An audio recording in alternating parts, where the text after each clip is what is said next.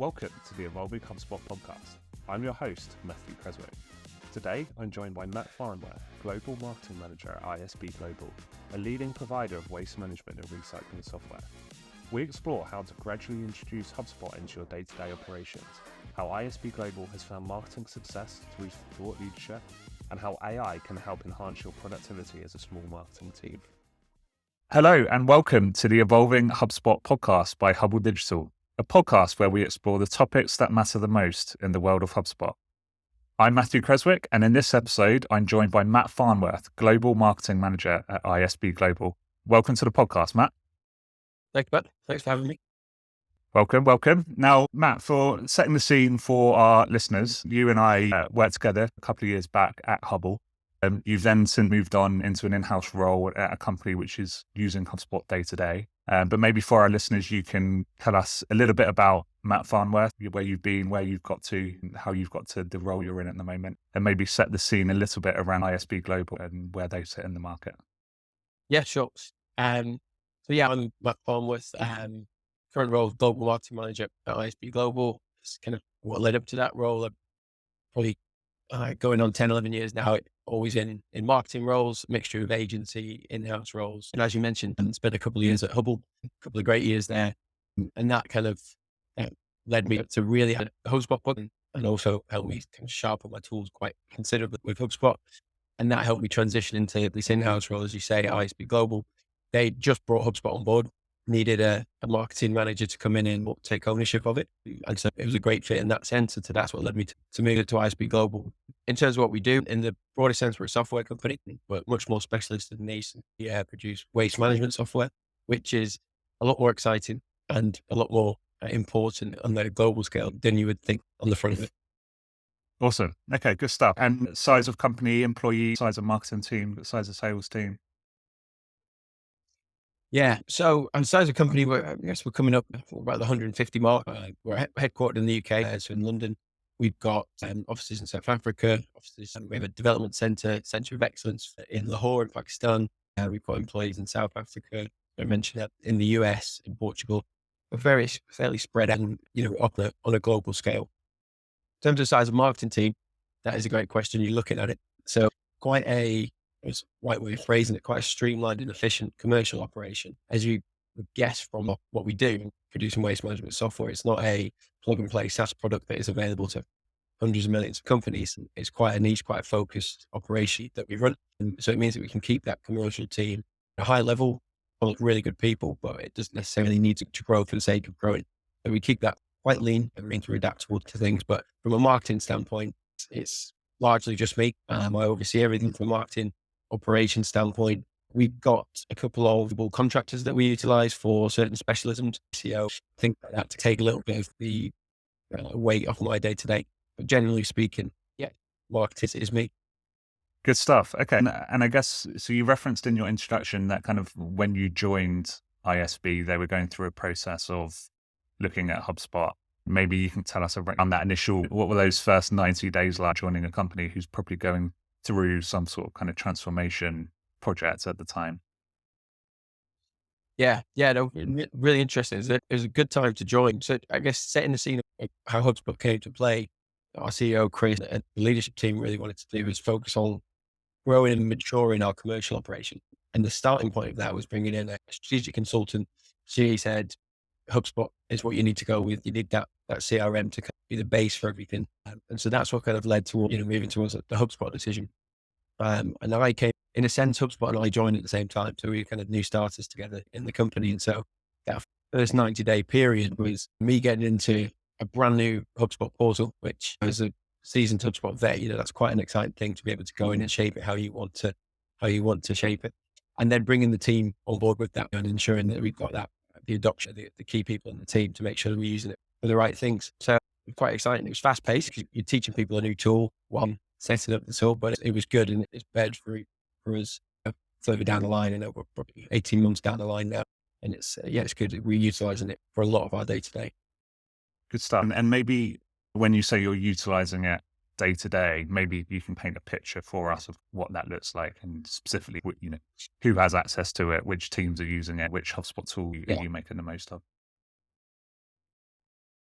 Yeah. So I guess for me, I try and orchestrate personally as much of my day-to-day as possible for HubSpot. If you think about it from the one-man band perspective, the one-man marketing team, time is time is quite precious, quite scarce. So having a tool that I can use to go to open up in the purest sense of CRM and take a look at our contacts in a preset segmented views, and whether it be going into lists and looking at our target lists or our engaged lists, but then also orchestrating any of our inbound work. So the SEO tool is something that I spend quite a lot of time in. Obviously, that means you've got to create all the content to get that up and running. In the first instance, being able to log in on that day-to-day view and see how SEO is performing, check everything is linked properly, looking at opportunity, where we need to focus our time, moving into the more lead nurturing tools. So looking at the marketing side of it and going into the email tool, checking all our newsletters, the click-through rate. Is that resonating with our audience? Is it not? And you can do this in not necessarily split second, but it's very quick for me to go in and get a snapshot. And so that from my day-to-day allows me to drop into sections of the tools, go into the reporting dashboard, look at the high level stats, or drill down into the traffic in very quick time. But for the wider team, it's, as I say, that's me from a marketing standpoint. And the other side of it is how we engage from a sales perspective. So I have deal boards and deal pipelines, which I think pre-HubSpot, it was in maybe a situation where information that would live in HubSpot, would live in spreadsheets, or it would live in emails or in people's heads or in internal folders. So they're detailed, logical, but maybe not as easy to grab a snapshot. So for the sales team and for the salespeople to be able to actually go in and look at the deal board, look at what's not progressing, look at what has progressed, get snapshots of reports of how long things have spent in each deal stage, then moving maybe into, let's say, the target account section of the pre-deal bit and say, okay, which accounts have we not engaged with? Who needs that outreach? Who have we been doing? And so it just allows us to have that holistic picture without necessarily having to have six different pieces of software open or folders open or spreadsheets open. It really focuses efforts. And so that day to day from me as the marketing team gives me access to 90% of what I will need to look at daily. And then from the sales team, it allows them to be able to focus on what needs to move, what needs action, and what is moving along well.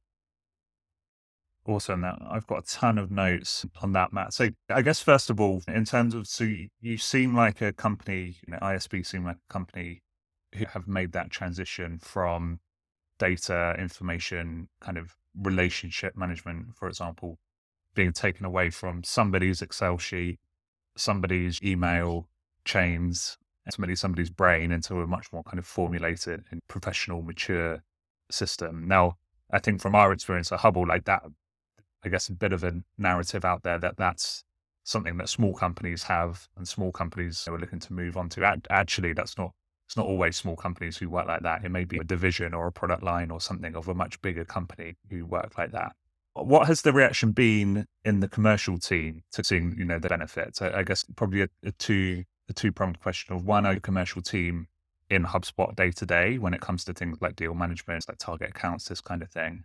But also, how has that kind of adoption been within that commercial team of moving from their very probably precious and informative spreadsheet into a system more like HubSpot? Yeah, I think generally good. I mean, like any tool, especially people who've been working in one process for a while, it can take a bit of time for them to really trust it and move into it. But we have made that transition where, as you say, that the data in a spreadsheet or in someone's brain is in HubSpot and it's on that deal record. And that for the commercial team and for the salespeople is game changing in terms of efficiency. And they're able to actually go in and get the detail they need or add the detail they need to add.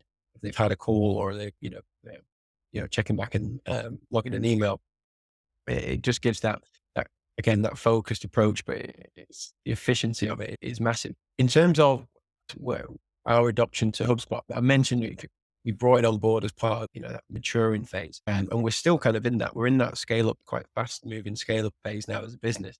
Just brought on a new sales guy. There should be more coming. And so our adoption of HubSpot will grow. And if we would have this conversation in 6 months' time, we'd probably dive in more into the sales tools specifically, because we'll be arming the sales guys who have maybe more time day to day to actually into things like target accounts. We're using them, I would call it a fairly light at the moment from like a target accounts perspective. I use it, it's more as like an overview and again, a structuring salespeople to come in day to day, look at target accounts, look at the activity. I think, sorry, going off on a tangent, but going back to your original question, the adoption for any new tool like that has been good. So we're not a large team, so it maybe helps in that sense that you're not trying to bring on board 40 people at a time. But it has really consolidated and focused our internal day-to-day conversations between the commercial team can be centered on a deal or a pipeline in HubSpot and going into specific there, as opposed to going off on 50 tangents like I just did in my answer. Yeah. And I guess what you're highlighting, Matt, is I think some companies look at things like CRM migrations, implementations of CRM of these projects or programs that are going to be extremely useful, tricky to get through, quite time consuming for kind of commercial team and that kind of thing. And I think actually what you're highlighting is, yes, that happens at a much larger scale of business where HubSpot are now playing more and more in that kind of mid-market to enterprise space. But actually the route where HubSpot initially came into market of that kind of small to startup to lower mid-market size companies can still just get onto some of the tool, start using it, start seeing the benefits of it and kind of grow its use over time. It doesn't have to be this kind of car crash, sounds negative, but this thing that's going to come and cause lots of issues, take lots of commercial teams' time. It can be something that we can start smaller and grow from there. Is that how you see, if you looked, I know you mentioned 6 months ahead, if you looked maybe 2 years ahead, do you foresee that happening more and more? Well, yeah, absolutely. I think you're exactly right with that. And the way that you think about, you say that CRM migration piece can be quite daunting for some businesses and teams, but I think this is probably one of the benefits of HubSpot. A caveat, obviously, that I'm a massive HubSpot fan, so I'm very biased in that. But the UI of it is much easier. It's much more self-intuitive for someone to jump into. And if you're trying to bring across large teams, it makes sense to do that in phases and structure in the right way and bring marketing over first. Then you might look at integrating the sales processes into that. But as long as you're setting HubSpot up correctly at the start, you can do that and manage that big change piece in logical, structured phases. And it is essentially what we're doing. For us, it was getting that, CRM into place, having that structured, well-segmented, orchestrated CRM as the base for kind of our commercial operations from there. So whether it's the inbound marketing or it's making sure our paid ads and Google ads are integrated in there so we can get that overview. Whether it's bringing in the sales team so we can actually start to manage the lead management within there. And that, I'd say that's something that will grow now. I guess for context, we have marketing professional, we have sales starter now. We'll be moving to sales professional relatively soon to facilitate that, again, that gradual phased approach. And I would imagine, you mentioned 2 years down the line, that would hopefully stretch into the service side of it, which at the moment we keep separate because of, again, the idea of all change at once. Can be quite, it can also be quite messy. So we try to do it in a logical way, making sure that whenever we bring any person or any team onto the portal, we're doing it in the right way. We're doing it where we've got the processes set up, the automation we need operating in the background to make sure things run smoothly. And that way we're not just bringing 60 people and 100 people into a platform and all hell breaking loose. We're doing it in a phased approach, which should hopefully, like I say, 2 years time lead to more and more of the business, apart from the ones that maybe need to sit separate, like finance, for instance, or operating from a spot. And it just connects everything from our perspective and brings that everything full circle. So you've got the service side of it, which, as you know, can fuel the marketing side of it as well when you're in tune with what's going on with your customers. And are you currently using a customer service kind of piece of software like Zendesk? Because obviously the market leader in that space, are you using something like that? Yeah, so we've got other tools that we use for the service side of it. And a lot of it runs on the Jira, kind of Atlassian software. It does a job and it works well. And I'm not saying it's terrible, we need to bring it over, but it's more from that simplistic approach, consolidating as many tools as you can into a single robust platform. And that's, for me, is a big HubSpot. Obviously, from a marketing aspect initially, that's where my initial focus is. How do I utilize it to orchestrate our marketing efforts? But as HubSpot keeps growing and they're bringing in the Ops Hub and things like that now, it means that you can run more and more of your business on there. And that's something that hopefully we'll start to adopt as on the right roadmap. Yeah.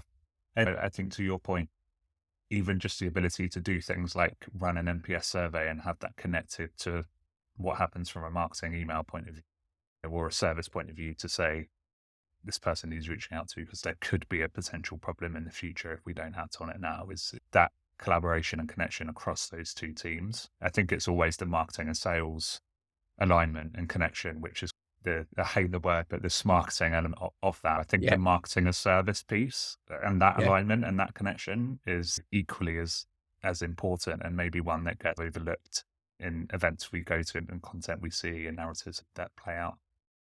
Yeah, 100%. I think, like you say, it's something that's overlooked, and it's surprising when you look at it, when you zone out and look into it. Your customers, like you mentioned NPS survey as an example, if there's something that they've got a pain about or an issue about, the likelihood is your prospective customers will also maybe have a similar pain or a similar issue on something that needs solving. And that then can fuel and talk about inbound all the time and talk about how important SEO is and having good, engaging content that people want to read rather than just something that's selling your product. The details you'll get from the service side of the business, often what your customers say, really fuels that in an educated way, because then you can talk about what is important to your customers, not just what you think is a flavor of the month. So yes, it is overlooked. It's something that's surprisingly overlooked when you think about what it is. Yeah. And so Matt, one of the notes I made here was around the use of kind of ABM and outbound within HubSpot. And you made a comment earlier around the fact that ISB as a company is one that perhaps it isn't, the go-to-market isn't, let's generate as many leads as possible, and more of a targeted approach where you could potentially identify quite comfortably the 200 customers that you want to go after. So are you currently, that contact company management and tracking and stuff in HubSpot has allowed you to become a little bit more ABM focused? Is that something you're running at the moment, or is that something that's coming down the line as you use, and as your new sales team or team member come on board initially? Yeah, it's something we're doing at the moment, but I would say it's going to ramp up tenfold with the right salespeople involved. ABM works best when you've got that synergy. Don't want to say this marketing term or stay away from that. Yeah. When they work in unity together and you're going after long-term accounts. But to your point, we're not a kind of cashy net wide and grab anyone that comes with it. It's a relatively focused target market for us. So that I say the company and contact connectivity, building out decision-making units within that company record and making sure that we're focused on growing that. So we have a key account. How many contacts do we know in there? Do we know what that decision-making unit looks like, or what the makeup of their top-level employee organization looks like, for us to be able to be going after and trying to engage with not just one contact and moving on to a different company, but looking at the whole decision-making unit of all the people that would be affected by implementing some software like ours. And I mentioned the word like orchestrating, or try and orchestrate all my marketing operations on HubSpot. So obviously, you still need to set things up in other tools. You still need to write the content for your SEO and set your ads going. But having the Google ads connected, LinkedIn ads connected, our SEO connected, helps us be more targeted in that. And all LinkedIn ads run from lists that are built in HubSpot. So those lists can be set on the right criteria of, like I said, that ABM focus of these accounts need to see this message, or we want to get this message across to those accounts. And so it allows us to have that focused approach, which is better for our bottom line as well, because we're not wasting advertising spend, marketing money on hitting companies that it's a waste of time for them to read our stuff and for us to be in front of them. So yeah, it does. It makes personally my life a lot easier having it all, segmented in that way, and allows us to be laser focused on the right types of companies. But again, to your point on this adoption of just more sales focus for us as well, that will increase tenfold when we can start to be, a lot more coordinated on the ABM approach. So again, we have this conversation in 6 months' time. I'd give you a lot more different answers on it and talk about some different tools in more depth. Yeah, well, maybe we should. Maybe let's pencil it in now, and we can do a V2 and a recap in 6 months. But so Matt, maybe widening the conversation slightly away from pure HubSpot usage, I guess more around your role, kind of marketing, global marketing manager. Where are you seeing marketing success at the moment? And I appreciate it's obviously different for every business, but where are you seeing success in different tactics, different strategies? Yeah, as I say, it's different for everyone. So the nature of our software and our kind of go-to-market and offering, it's a long buy-in cycle, it's a long buyer's journey. We're not a plug-and-play SaaS product, as I say. Or I always use the analogy of, in terms of when we figure out which platforms to go after, which tactics to use. If you're selling trainers and you want to be posting with velocity in Instagram and Twitter, and you just want to be constantly in someone's feed because it's a quick impulse click, and most likely they're going to click through and buy, or click through and drop off, and you have different engagement tools after that. When you're a very large software implementation, which is a big digital transformation piece for a business. And that isn't a C1 message, click on it, buy the product. It's spend probably a lot of time in that awareness phase and top of funnel phase, gradually moving through to when you're looking in the middle of the funnel, and then you eventually get to your decision make phase at the bottom of the funnel.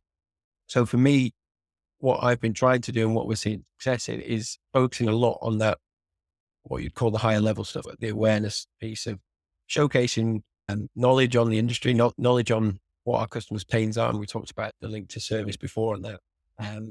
And how do we then, and moving on from this, how do we then amplify that message? So I can, the business can talk about how good we are all the time, but that gets boring for prospects. And if all they're seeing is ISB Global says ISB Global is good, or ISB Global talks about this, it can start to lose some of its authenticity. So we've been shifting a lot of our focus as well into the PR element of our marketing and trying to bridge that gap between traditional marketing and public relations. And we've seen quite a bit of success with that. Looking to get speaking opportunities or article opportunities in relevant trade press. Again, not talking about our product, not talking about why. I don't think I've even mentioned the product names as been here, so I'm ticking the box on that as well. But just talking about, we have that industry experience, we have that blend for a business that we've got people that have worked in the waste and recycling industry, know the ins and outs of the business processes. We've also got a technical expert, so we can marry those two together to produce really interesting thought leadership content that talks about the pains that those businesses are dealing with, and perhaps start to look at potential solutions. And the solution might not be our software. What we're aiming to do is paint that picture that ISB Global and the key people within there are knowledgeable people. They know the industry, they know the solutions that we need. And that, for me, at least at the stage right now, is a key focus, because what I bring it back to is creating touch points, trying to create as many relevant touch points for a prospect, wherever they are in their journey. And in terms of pure marketing or where marketing success is, if you think back 5 years, you could put an ebook on a website, gate it, and you'd have a flood of inbound leads, because people would, as long as it was a half decent ebook, people would give you their email address to get access to that and read it. Now, people approach that with such caution that that's got to be a really, really valuable piece of content if I'm going to give you my email address, because I know as soon as I give you my details, I'm going to hear from you. I'm going to have a sales call. I'm going to have all this. So that's made it, I think, harder from a demand gen perspective, from an lead gen perspective, from a marketing standpoint, because you can't just go with that a tried and tested method, because people's habits have changed. And that takes it back to why we're trying to look at as many educational and thought leadership expert positioning touch points as possible, to gradually make people make their own mind up on, okay, they are a company that's worth speaking to, even if it's just to have that initial conversation and discuss more about the article that we wrote that talked about the operational efficiency issues that waste companies have, going too granular. But that's where at least our focus is right now, and is to try and create as many relevant touch points to try and circumnavigate that problem of the resistance to handing over your details. And then I guess alongside that, what we try and do is put a focus on looking at intent and looking at like third-party intent tools to try and give us that picture of, what's happening in the dark pipeline, the dark funnel, the things that we can't see that 5 years ago we would have had a form fill for, and try and get a bit more intelligence to our marketing efforts, so that when we do reach out to somebody, when we do say to the sales team, these are people that are worth reaching out to, it's not that cold, spammy sales. We're matching up, they're reading the right things, or they're showing intent for the right things, and we're providing an answer to that. So it's trying to be as connected as possible.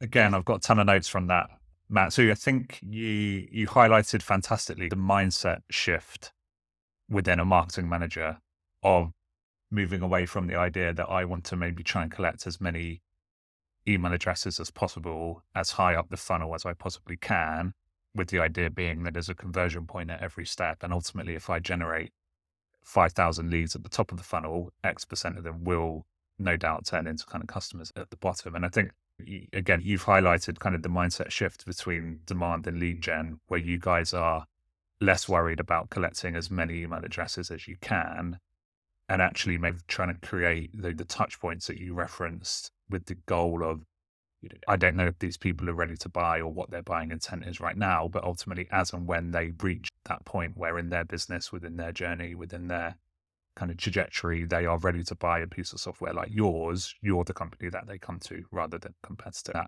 That isn't because you've sold them hard for 24 months. It's because ultimately you've educated, empowered them, given them thought leadership and education.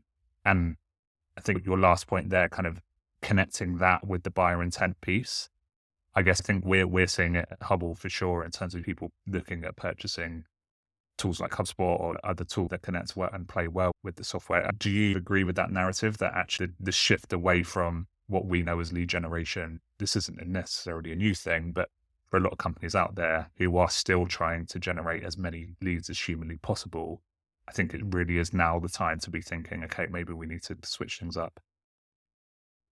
Yeah, no, absolutely. I think the mindset shift, as you say, is a perfect way of explaining that.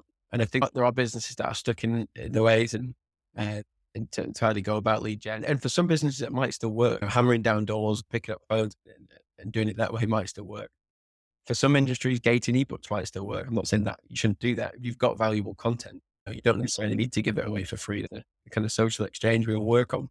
But in terms of looking at how I always put when I look at what tools or methods and activities we should go with, I always go back to my personal consumerism. And I find that if I get that, we all get sales emails still. We all get that spammy emails all the time.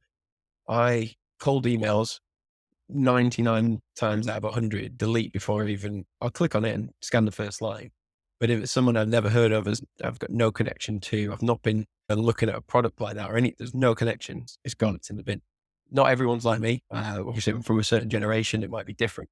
But I maybe naively take that into my route of how I look at where we should focus our marketing efforts or commercial efforts.